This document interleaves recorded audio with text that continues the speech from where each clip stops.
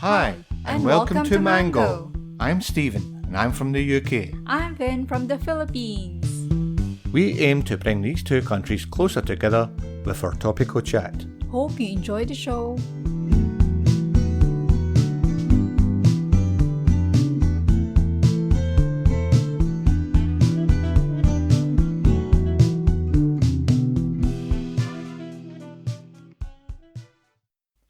Thanks for joining us once again for our topical discussions relating to the UK and the Philippines. In this episode, we are going to talk about travel. There's about 6,600 miles, that's 10,500 kilometres roughly, distance separating those two countries. So there's only one realistic way to travel between them, and that is by air. To my knowledge, there is only one direct flight available, and that is Philippine Airlines from Manila to London Heathrow.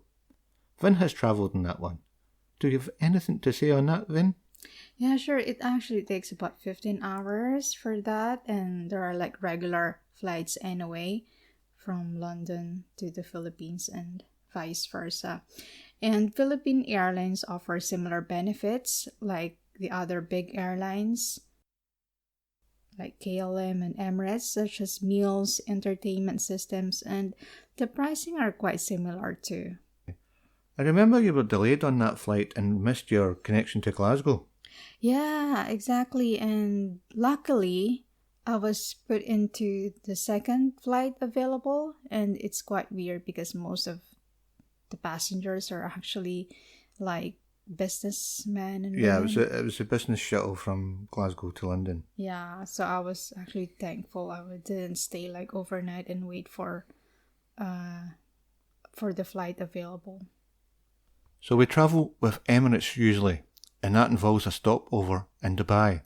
Incidentally, Dubai Airport, in case you haven't been there, is absolutely huge. If you don't have enough connection time between flights, you can get caught out. I personally wouldn't be happy with anything less than a 1 hour connection period. I'd like to point out for parents with young children that has a small play area, and they also provide buggies or strollers for free. This is particularly helpful since if you're taking your pram or a stroller, it will most likely be sent straight to your destination from your departure airport. So that could be worth keeping in mind. And also, another thing is, when traveling with kids, you are guaranteed to be seated together and you don't need to choose your own seats in advance and pay extra for that. Good points, Vin. The flight duration with Emirates is usually between 18 to 22 hours. KLM is another option, and that can involve 2 stops, or even more, like say Amsterdam and Hong Kong. It's a long flight, isn't it? So try and choose the shortest if you can, especially if you're traveling with children. So that's getting between them. What about travelling within each one? Here in the UK, many of the major cities are connected by motorway, expressway or highway to Filipinos, and we also have an extensive rail network. You can pretty much plan your journey to the minute here.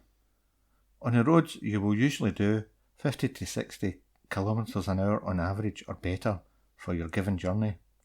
Really, it is only major roadworks, accidents or heavy snow you have to worry about.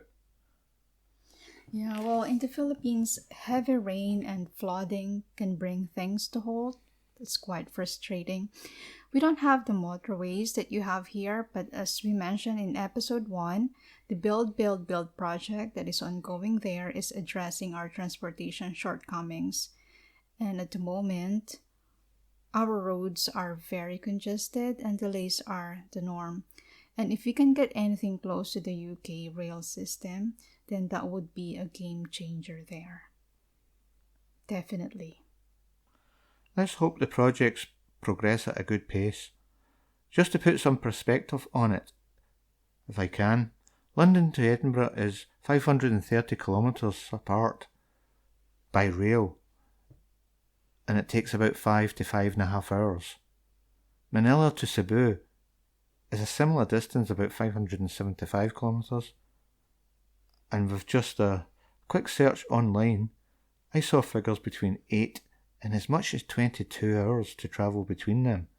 I have to point out that we have never traveled that journey, so we can't speak with any certainty on it.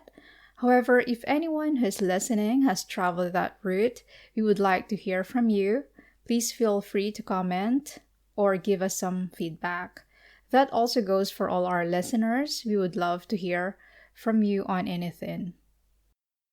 We were last in the Philippines in February, March of 2020, and we travelled from Manila to Samar.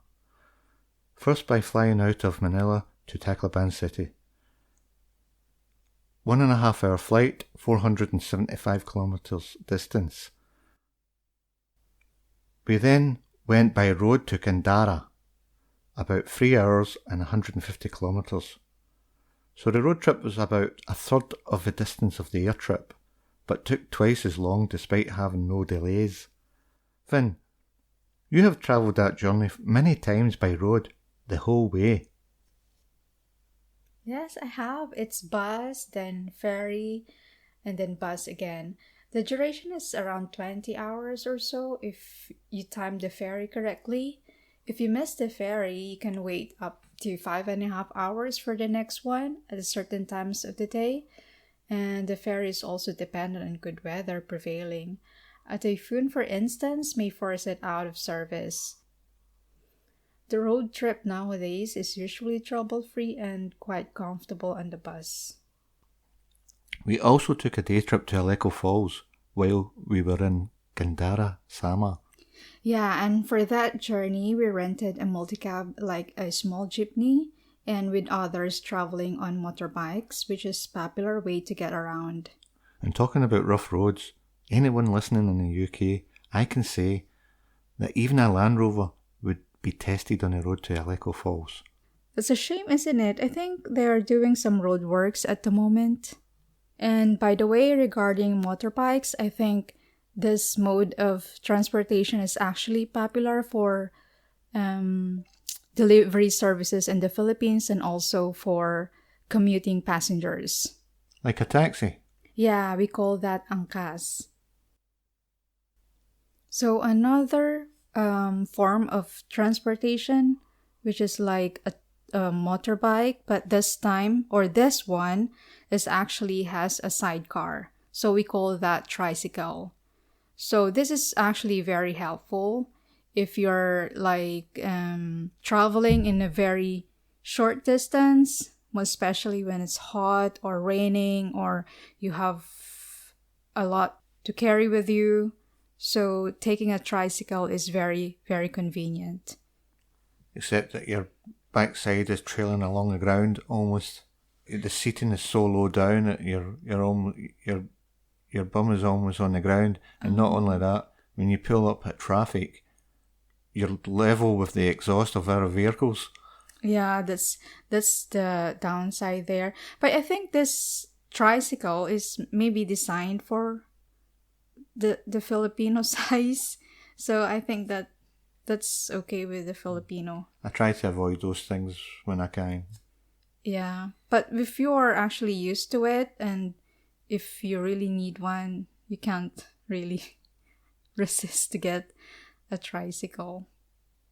You can't walk on a very, very hot road, so you don't have any option but to take a tricycle. So your choices are, you get, well, now you can get a taxi service, as you said, with just a motorbike. So you're sitting on as a pillion driver on a motorbike, or you can get a tricycle, or you can get a jeepney, or a bus. And other than that, it's private cars and vans. Yeah, which is like a Grab, which is an Uber-like kind of service here. Yeah, just like a normal taxi. Private taxi here. Can... Yeah, Grab. Yeah, Grab. Yeah, they're a lifesaver. If you're not using Grab, you're generally at the mercy of those taxis that drive around, follow you around the streets, white taxis. Yeah, and you know they want to double the fare, and just because you're a foreigner and things like exactly. That. Yeah, that's a shame again. Yeah, so Grab tell you what the fare's going to be before you even arrive, so they can't do anything about that. Mm-hmm. They have to charge you that. And what's good with this Grab, because on their app, it can tell you where actually the best way to take, so you will be away from the traffic or from the busy road. They used their sat nav to check the traffic conditions and all that. Yeah, so that's very, very convenient for passengers. On that same holiday this year, we also took a road trip to Batangas from Manila. Yes, that took us about 5 hours one way. Do you remember the name of the holiday resort we went to? I think it's Alabiga. Alabiga, that's right. Yeah. That's right, Alabiga. The road trip, as I remember, wasn't that bad getting to the Batangas area. It's the journey from there up to the resort was quite poor roads, and the driver had to slow right down almost to a stop to get past some rough parts of the road. Yeah, I think they're still developing that part and building some more resorts. Yeah, there was quite a lot of resorts up there. Mm-hmm. And this time, actually, we rented a van. So that's actually like an exclusive transportation for us. Yeah, it's better when we rent. Mm-hmm. We haven't hired a car yet to go anywhere. I don't feel comfortable with driving in the Philippines yet. Yeah. I prefer to leave that to the Filipinos with the local knowledge and experience. I think it would be very stressful for me to get to grips with the standards of driving and the little differences and nuances that exist there. Maybe someday I'll pluck up the courage and do it. Yeah, and really the only things that were holding us up are roadworks, wasn't it? Yeah. There's some roadworks in certain areas. Yeah. Though the beach is not actually as beautiful as we expect, however, the pool is very nice. They have 2 big pools, and most of us actually enjoyed it. And yeah, it was a good day. Couple of days we spent there. They can cook meals for you as well, but you can actually cook for yourselves. They have kitchen. Yeah, the food was okay. Yeah, I enjoyed the food. And one more downside as well is we can get a signal, phone signal and internet signal as well for Globe. Yeah, well, I didn't even try. I think it's only smart. I think I was too busy swimming and playing. Yeah, still developing the area. But it's quite beautiful resort. And also, we have the resort with ourselves. We're the only guests at that time. Because it's not busy yet. Yeah, it's we had February. two pools to ourselves. Yeah, and I think we are also thankful because that happens before the lockdown. So we have all that time. Actually, we were very lucky to time our holiday just right this year. Yeah. In between the Taal volcano erupting and the lockdown. Yeah. I was just thinking, I'm waiting for the Philippine immigration to announce if there are flights that will be cancelled, yeah. But thankfully. Yeah, we were very lucky. Very lucky indeed. Yeah, and then like after a day or two, after we came back from our holiday, the next case of COVID-19 in the Philippines was reported. And lockdown followed shortly after we got home. Yes, like after a week. Despite what I feel in that travelling in the UK is more efficient, more comfortable, quicker and less stressful, I actually still like to travel around the Philippines. The scenery is different. It's more like an adventure for me. And just about every day is a beautiful day, and that helps a lot. If you're thinking of starting your own podcast and you're not sure where to begin, or if you want to try a different host, we would suggest giving Buzzsprout a try. They do all the heavy liftings if that's what you need, and they are with you every step of the way. You can get the first 90 days for free, and if you click the link below, and if you eventually sign up for a paid membership, you will get a $20 Amazon gift card. We have come to the end of the show. If you've enjoyed it, please come again for our next episode. Thank you for listening.